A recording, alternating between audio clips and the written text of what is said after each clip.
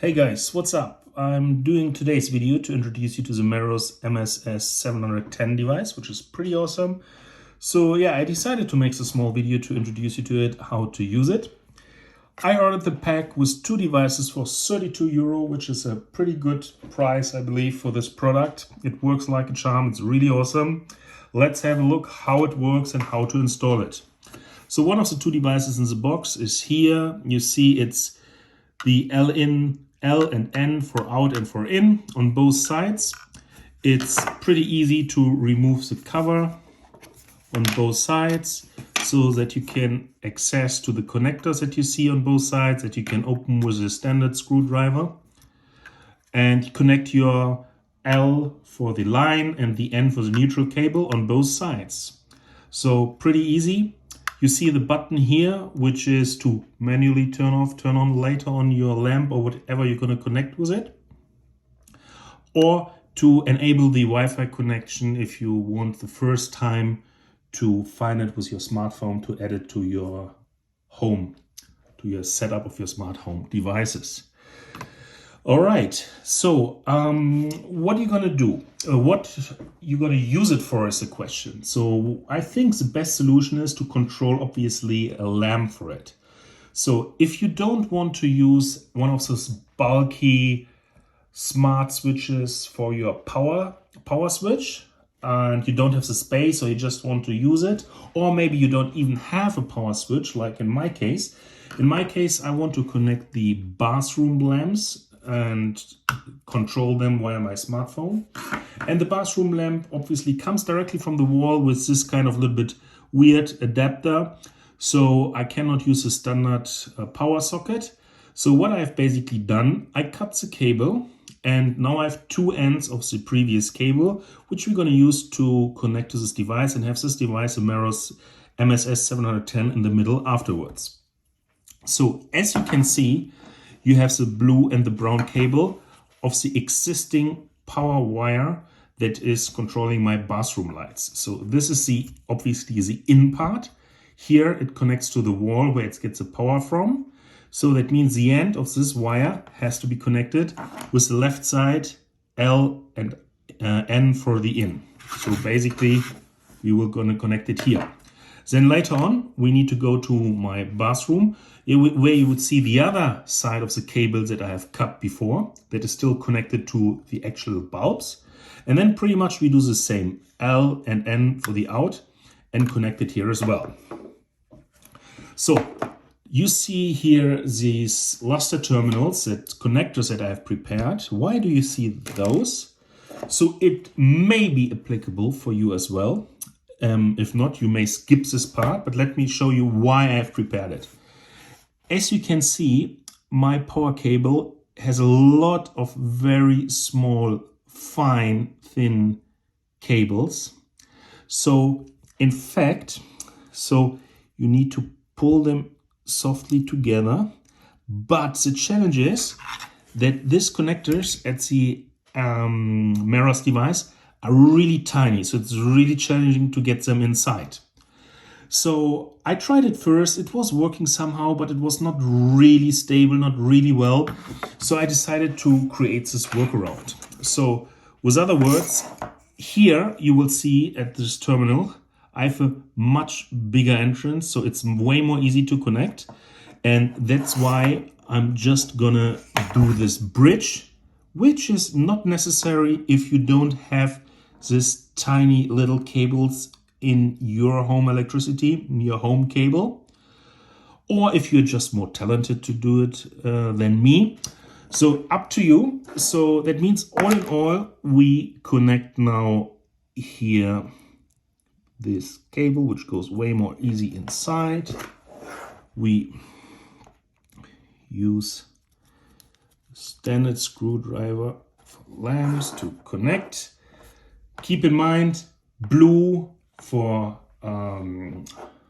neutral and L for the line. So use the same colors to don't get confused later on. And then you just have it extended. Again, it's not mandatory to do, but I feel just way more comfortable, especially once I connect it later on in the bathroom. And here you see the end of this cable is just one piece of wire, so it is very easy to connect it on the other side. So again, this cable is obviously the in source for the power, so we need to make sure to use also the in source here. And then we go, obviously the brown cable comes to the L side and the blue cable comes to the N connector. So it's already quite tight, quite well fitting. Nevertheless, using the screwdriver, we go and make it a little bit tight so it will not slip out afterwards.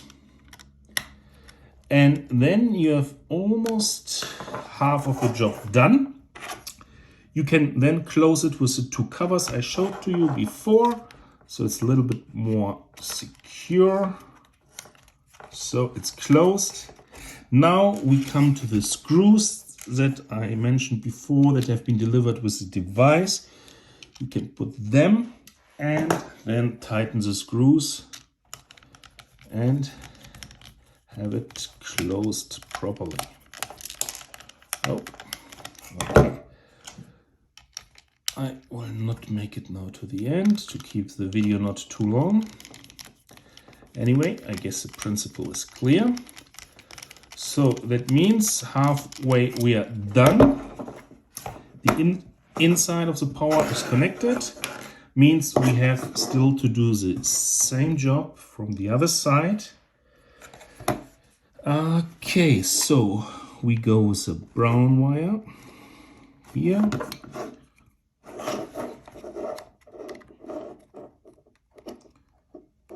A little bit tight. Right. And with the blue wire for the neutral. In. And also the last piece tight. So, closing it. Here, by the way, you see the barcode. This you can use for your Apple HomeKit later on. Just scan it and it immediately will be recognized and it will work like a charm. I will also show this later. Let's not forget the two remaining screws. And here we go. So while I'm finishing the last two screws, what can you actually use this device for? So again, there's a bright variety. In my case, I'm just using my bathroom lamps, but basically you can use any kind of lamp. If you just have a table lamp that is not smart and you either don't have or don't want to get this power switch that is smart, you could cut the cable like I did from your lamp on the table, put this device in between, and then you can control it afterwards, this lamp. You can, if you have any lights at your stove, in your kitchen, anywhere, as long as you have access to the power cable, you cut it, you have the brown and blue wire, just put this device in between, and that's basically the job already. Of course, always bear in mind, never cut cables or work on it if the power is connected. Obviously, here at the moment, there is no danger. But later on, once we connect it, always make sure that the fuse is off in your house, that you don't by mistake touch any cable, any open cable, and hurt yourself. So very important. So what else to tell? Next step will be we connect the existing cable that is still in my bathroom to the two sides. And then we can actually already turn on the lamp and add it to my home scenery. All right, let's go and see you in the bathroom. All right, guys, welcome back. So now we're here in the bathroom. You see, this is the cable still connected to my bathroom lights, the other side. And again, you can see they have a lot of these tiny wires. So with the Meross, in fact, it's quite tricky and difficult to squeeze them all into these tiny connectors. That's why I decided to use this terminals as mentioned before. So here it is. I just now need to do this same job again one more time, and need to open the screw so there's enough space to come inside. All right, so here we go. There it is. Works like a charm.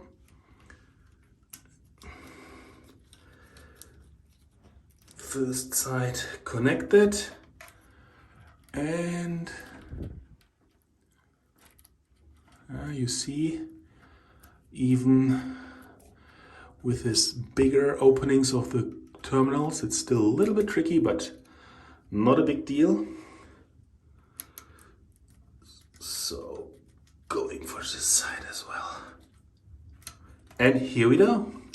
So you see, it's all connected. Before, you see cable here, that's why I cut it. And now I've installed the device just in the middle. So now you see it's installed, it's connected to the power, and you see the light is on. Means it's already connected to my Wi-Fi. And make a cut now, and then I move to the Apple HomeKit app to show you the installation there. But the physical installation of the device is already done. Alright, so you see the light on the device is on, means we are connected. You see the lights. My bathroom is on, that means the setup was successfully and correct. So last thing to do is to actually add the device to our Apple HomeKit or whatever device you're using. So I'm gonna use my other iPhone. I go to Add Accessory, and then I just simply go and scan the code. Then it says, yeah, make sure it's connected. You wait a little bit, it should not take too long. So you see it's now recognized with the default room settings and everything as a switch. I can set it up. And now I go back and show you quickly how to set it up in your HomeKit app. Alright, so on the down right you see now the default room switch, which has been just added to my favorites home screen. I can turn it on, turn it off, it works now. Big view. Now I go down right to settings, and this is a place where I gotta now rename it. I don't call it switch, I just call it bathroom light mirror. And next I will change the room. It's not the default room anymore, it's in fact the shower. So I'm gonna put it to the shower. So basically that's it, and now I can add it to scenes or automation or whatever I want. Job done. Alright, proof of concept completed. So you see I have now here my button, and the light turns on and off. Job done. So let me give you some summary, some feedback after now the video is nearly done. You have seen it's really easy to install. It just took me a couple of minutes, although I prepared a little bit those Lustre terminals before. Well, it's not really mandatory to do, so it's up to you. But all in all, it's really quick, really easy to install. It works like a charm, as you have seen. It works in this case. As you've seen, I bought the Apple HomeKit version as I'm using Siri at home. But obviously it's also available for Alexa and any other of the popular home assistants you may have at home.